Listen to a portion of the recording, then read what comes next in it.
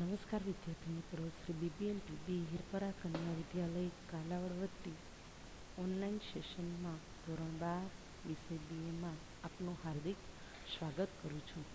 વિદ્યાર્થી મિત્રો, આની પહેલાંના લેક્ચરમાં આપણે બજાર પ્રક્રિયાનો અર્થ, વ્યાખ્યાઓ જોઈ લીધી. આજે આપણે જોઈએ બજાર પ્રક્રિયાના કાર્યો. હવે શું થતું તો અત્યાર સુધી આ બજાર પ્રક્રિયાના કાર્યો છે એ કોઈ 5 માર્કમાં કે 3 માર્કમાં પૂછાતા નથી. પણ આમાં કેવી રીતે પૂછાય છે કે આ જે કાર્યો છે, જેમ કે માલનું એકત્રીકરણ, તો માલનું એકત્રીકરણ એટલે શું સમજાવો, એ 2 માર્કમાં પૂછાય છે. એટલે કે આ દરેક કાર્ય વિશે તમારે સમજ મેળવવી જરૂરી છે, 2 માર્કમાં પૂછાઈ શકે છે. ચાલો બજાર પ્રક્રિયાના કાર્યો જોઈએ. સૌથી પહેલું છે બજારીય સંશોધન. તો બજારીય સંશોધનમાં શું કરવામાં આવે છે? તો કે માર્કેટિંગના કાર્યોમાં બજાર સંશોધન એ પ્રથમ કાર્ય છે. એટલે કે બજાર સંશોધન છે એ સૌથી પહેલું બજાર પ્રક્રિયાનું પહેલું કાર્ય છે. સરળ રીતે કહી શકાય કે આ પ્રક્રિયામાં ગ્રાહકો વિશે માહિતી મેળવવામાં આવે છે, તેમની પસંદગી, અભિરુચિ વગેરે વિશે માહિતી મેળવવામાં આવે છે. હવે બજાર સંશોધનમાં શું કરવામાં આવે છે? તો કે સૌથી પહેલાં તમારે જે પેદાશ તૈયાર કરવી છે એ કયા ગ્રાહક વર્ગ માટે કરવી છે, જેમ કે સ્ત્રી, પુરુષ, બાળકો, વૃદ્ધો. એક ગ્રાહક વર્ગ નક્કી કરો, પછી એમની પસંદગી અને અભિરુચિ, એમની એ વસ્તુ પ્રત્યે કેવી પસંદગી છે, એ શું પસંદ કરે છે, એની માહિતી મેળવવામાં આવે છે. વર્તમાન સમયમાં ભવિષ્યની માંગની અપેક્ષાએ મોટા પાયા પર ઉત્પાદન થતું હોય ત્યારે તેમાં કેટલાક જોખમો રહેલા છે. વર્તમાન સમયમાં એટલે કે હાલમાં ભવિષ્યની માંગને પહોંચી વળવા માટે, જેમ કે તમને બધાને ખબર છે કે હમણાં દિવાળી ગઈ, બરાબર છે, તો દિવાળીના તહેવારમાં કપડાની માંગ વધુ રહે છે, શૂઝની માંગ વધુ રહે છે, પછી ફટાકડાની માંગ વધુ રહે છે. તો એ માંગને પહોંચી વળવા માટે શું ત્યારે ઉત્પાદન કરશે તો ચાલી શકશે? તો કે ના. તો કે એ જ્યારે દિવાળીમાં જે માંગ થાય છે એનું ઉત્પાદન 6-8 મહિના પહેલાં કરવામાં આવે છે. તો ભવિષ્યમાં કેવી માંગ રહેશે એ નક્કી કરી અને જ્યારે મોટા પાયા પર ઉત્પાદન કરવામાં આવે તો તેમાં કેટલાક જોખમો રહેલા છે. કારણ કે માની લો અત્યારે શિયાળો ચાલે છે, પછી ઉનાળો આવશે, ચોમાસું આવશે. તમને બધાને ખબર છે ચોમાસાને જે માંગ છે ત્યારે જે રેનકોટની, છત્રીની જે માંગ થશે એનું ઉત્પાદન અત્યારે હાલમાં ચાલુ કરવાનું થાય છે. તો ત્યારે ભવિષ્યની જે માંગ છે એને આપણે પહોંચી વળશું. તો કે ભવિષ્યની માંગને પહોંચી વળવા માટે વર્તમાન સમયમાં ઉત્પાદન કરવાનું હોય ત્યારે એમાં કેટલાક જોખમો રહેલા છે. કયા કયા જોખમો રહેલા છે? તો કે વેચાણ થશે કે નહીં, તો કે એ સમયે એ વસ્તુનું વેચાણ થશે કે નહીં, ગ્રાહકોને માલ પસંદ પડશે કે નહીં વગેરે. આવા જે જોખમો છે એને દૂર કરવા ગ્રાહકો અંગે જાણકારી મેળવવી જરૂરી છે. એટલે કે ગ્રાહકને માલ પસંદ પડશે કે નહીં એ આપણે નક્કી કરવું હોય તો અત્યારે જ આપણે ગ્રાહકો પાસે જઈ અને માહિતી મેળવી કે ભાઈ તમને આ બાબતમાં છે કયો માલ પસંદ પડે, એમાં તમને શું શું વસ્તુઓ જોઈએ છે, તેના આધારે ભાવિ અનુમાન કરી શકાય છે. એટલે કે તેના આધારે ભવિષ્યનું ધારણા કરી શકાય છે. તેમની માંગ, કિંમત, હરીફાઈ વગેરે અંગે માહિતી મળે છે. હવે ભવિષ્યમાં કેવી માંગ હશે, કઈ કિંમત રાખવાની થશે, કેટલા કેટલા હરીફો રહેશે વગેરે અંગે માહિતી મેળવવાની થાય છે. તો આ માહિતી મેળવવા છે વિવિધ પદ્ધતિઓનો ઉપયોગ કરવામાં આવે છે, જેમ કે પ્રશ્નાવલી પદ્ધતિ. હવે પ્રશ્નાવલી પદ્ધતિમાં શું, જેમ કે કોઈ સાબુ બનાવતી કંપની છે, એ આ પદ્ધતિ માહિતી મેળવવા માંગે કે ગ્રાહકની પસંદગી શેમાં છે, તો એ કયા કયા પ્રશ્નો કરશે?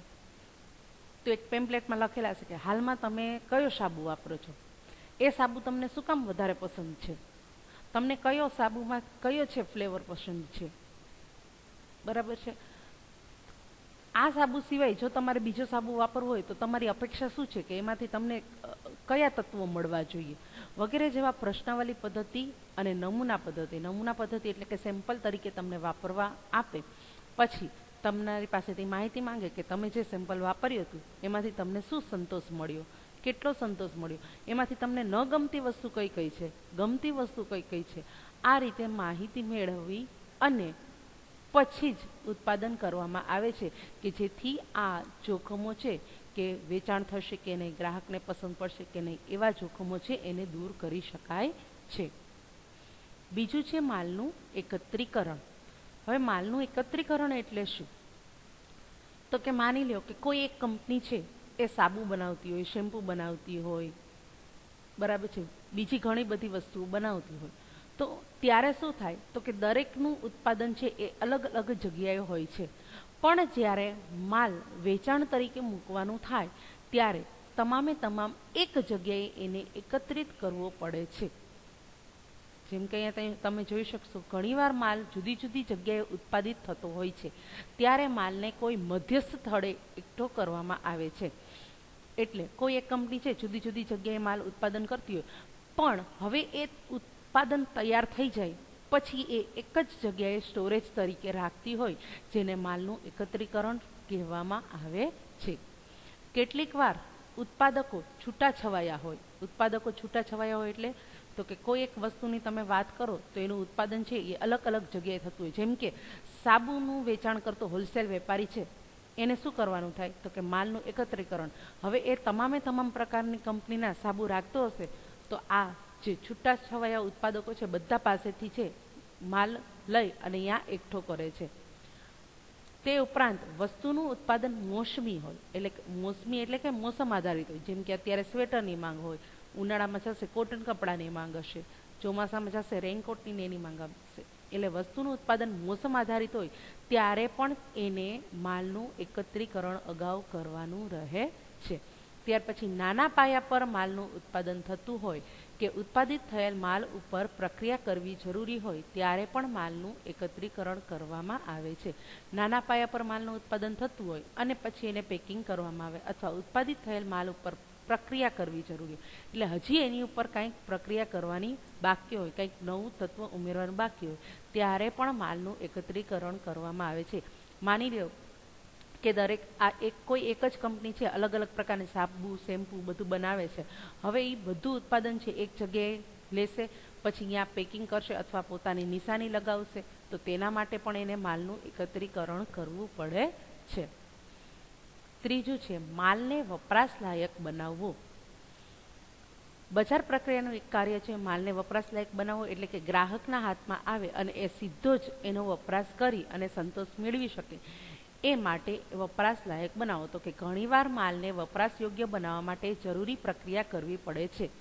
આ પ્રક્રિયાઓ સામાન્ય રીતે કાચા માલના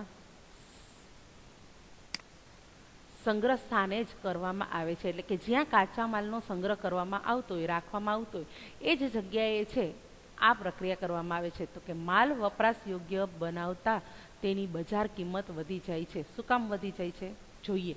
ગ્રાહકની જરૂરિયાત મુજબ જ પ્રક્રિયા કરવામાં આવે તે જોવું જરૂરી છે. દાખલા તરીકે ઉદાહરણ આપેલું છે અનાજની સાફ સૂફી કરવી. હવે પહેલાં તમે અનાજનું ઉત્પાદન થયું એ ત્યાં રાખો છો, એક જગ્યાએ સંગ્રહ કરો છો. હવે એ સંગ્રહ કરશો ત્યારે જ વપરાશ યોગ્ય બનાવવામાં આવે છે, એટલે કે એમાં જે નકામો કચરો હોય છે એ સાફસૂફ કરવામાં આવે છે. તો સાફસૂફ કરવા માટે પણ આપણે એમાં પ્રક્રિયા કરવી પડે છે, એટલે આપણને સાફસૂફ કરવા માટે ખર્ચો લાગે છે, એટલા માટે એની કિંમત વધી જાય છે.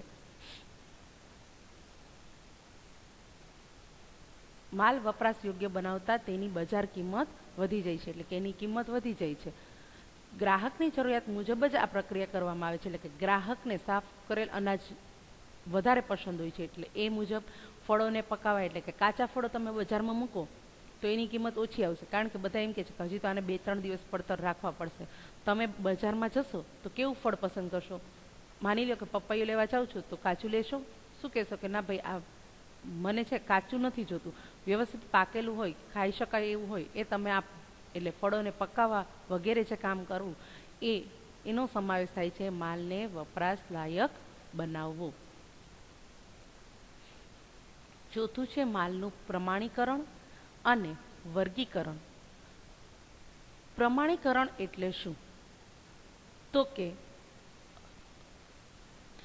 તમારું જે ઉત્પાદન છે એના કદ, રંગ, રૂપ, ગંધ, સ્વાદ, પોષક તત્વો વગેરે કેવા છે એ અંગેના નીતિ નિયમો કરવા, એટલે કે ધારાધોરણો નક્કી કરવા.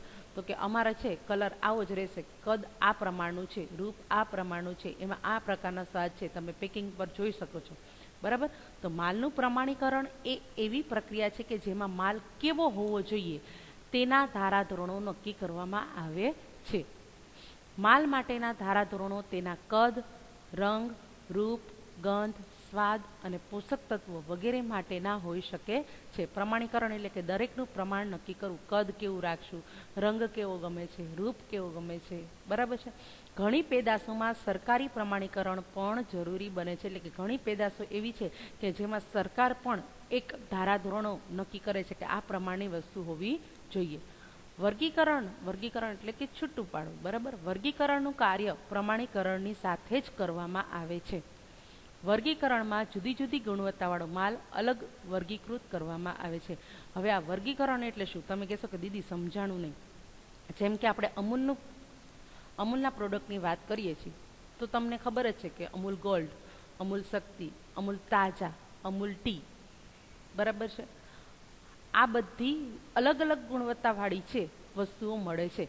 તો જ્યારે આ પ્રમાણ નક્કી કરવામાં આવે છે કે કેમાં કેવી સાઇઝ હોવી જોઈએ, કયો રંગ હોવું જોઈએ, બરાબર. આ જે પ્રમાણ નક્કી કરવામાં આવે છે ત્યારે જ આ વર્ગીકરણ પણ કરવામાં આવે છે.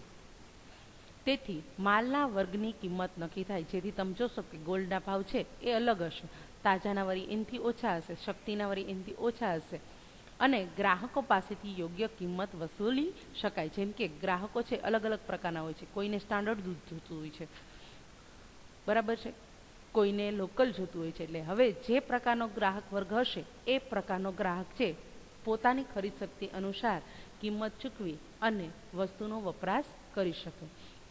માલના વર્ગીકરણ અને પ્રમાણીકરણના કાર્યને કારણે ગ્રાહકોનો પેદાશની ગુણવત્તા ઉપર વિશ્વાસ વધે છે.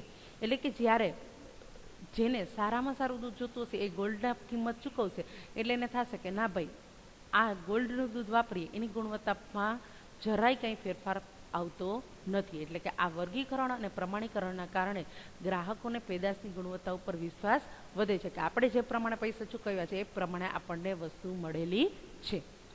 ભારતમાં ખેત પેદાશનું વર્ગીકરણ કેન્દ્ર સરકારનું બજાર ખાતું કરે છે. એટલે કે ભારતમાં ખેત પેદાશ આવી રીતે જે ખેત ઉત્પાદન કરવામાં આવે છે, બરાબર છે, એનું પ્રમાણીકરણ કોણ કરે છે? તો કે કેન્દ્ર સરકારનું બજાર ખાતું કરે છે. જ્યારે ઔદ્યોગિક ઉત્પાદનોનું વર્ગીકરણ, ઔદ્યોગિક એટલે કે ઉદ્યોગમાં જે તૈયાર કરવામાં આવતું ઉત્પાદન છે એનું વર્ગીકરણ ભારતીય પ્રમાણ સંસ્થા BIS, bureau of Indian standard કરે છે. જેમ કે તમે બધા કહો છો કે BIS હોલમાર્ક વાળી વસ્તુઓ છે, બરાબર છે. તો આ એક પ્રમાણ નક્કી કરેલું હોય છે. એ પ્રમાણ આધારિત જ્યારે વસ્તુ આપવામાં આવે ત્યારે ગ્રાહકનું એના ઉપર વિશ્વાસ વધે છે. પાંચમું કાર્ય છે માલ પર નિશાની કરવી. તો કે આ નિશાની ઉત્પાદકના માલને હરીફોના માલથી અલગ પાડે છે. હવે આ નિશાની એટલે શું? માની લો કે કાર છે, બજારમાં ઘણા બધા પ્રકારની આવે છે, બરાબર. અથવા એમ વાત કરો કે સેમસંગ છે એ જ અલગ અલગ પ્રકારના ટીવી છે એ આપે છે, પણ સેમસંગની અંદર પણ એનો એક માર્ક હશે.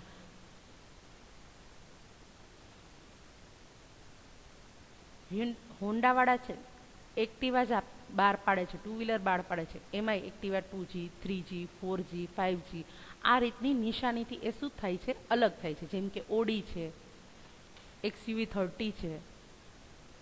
માલ પર નિશાની એ માલ પર મૂકવામાં આવેલી વિશિષ્ટ છાપ છે. ગ્રાહક આ છાપના આધારે જ માલ ઓળખે છે કે આ માલ છે એ આનો છે. નિશાની કરેલા માલને કારણે ગ્રાહકો ભળતા માલથી છેતરાતા નથી. એટલે કે નિશાની કરેલા રીબોક કંપનીના હોય તો તમને ખબર છે REEBOK, રીબોક એવી રીતે નિશાની આપેલી છે. હવે બજારમાં તમે જાઓ તો RIBOK નામની પણ નિશાની હશે, પણ તમે જાણો છો કે આમની નિશાની કઈ છે? REEBOK. એટલે આ નિશાની કરેલા માલને કારણે ગ્રાહકો ભળતા માલથી છેતરાતા નથી અને નિશાની કરેલા માલની જાહેરાત સરળતાથી કરી શકાય છે કે અમારી છે ભાઈ આ નિશાની છે. નિશાની કરેલ માલ ગ્રાહકોમાં પેદાશની ગુણવત્તાની ખાતરી આપે છે. એટલે કે નિશાની કરેલ માલ હોય તો ગ્રાહકને છે ખબર પડે છે કે આ ઉત્પાદન છે, આ નિશાનીવાળું વસ્તુ તમે વાપરો તો એનાથી આપણને ગુણવત્તા સારી એવી જ જોવા મળે છે. ઘણીવાર ઉત્પાદક પોતાના માલને નામ પણ આપે છે જેને બ્રાન્ડ કહેવામાં આવે છે. જેમ કે ટાટા ટી, બરાબર, એ ટાટા છે એ બ્રાન્ડનું નામ છે, પછી એમાં ટીમાં છે અલગ અલગ પ્રકારની આવતી હશે, બરાબર.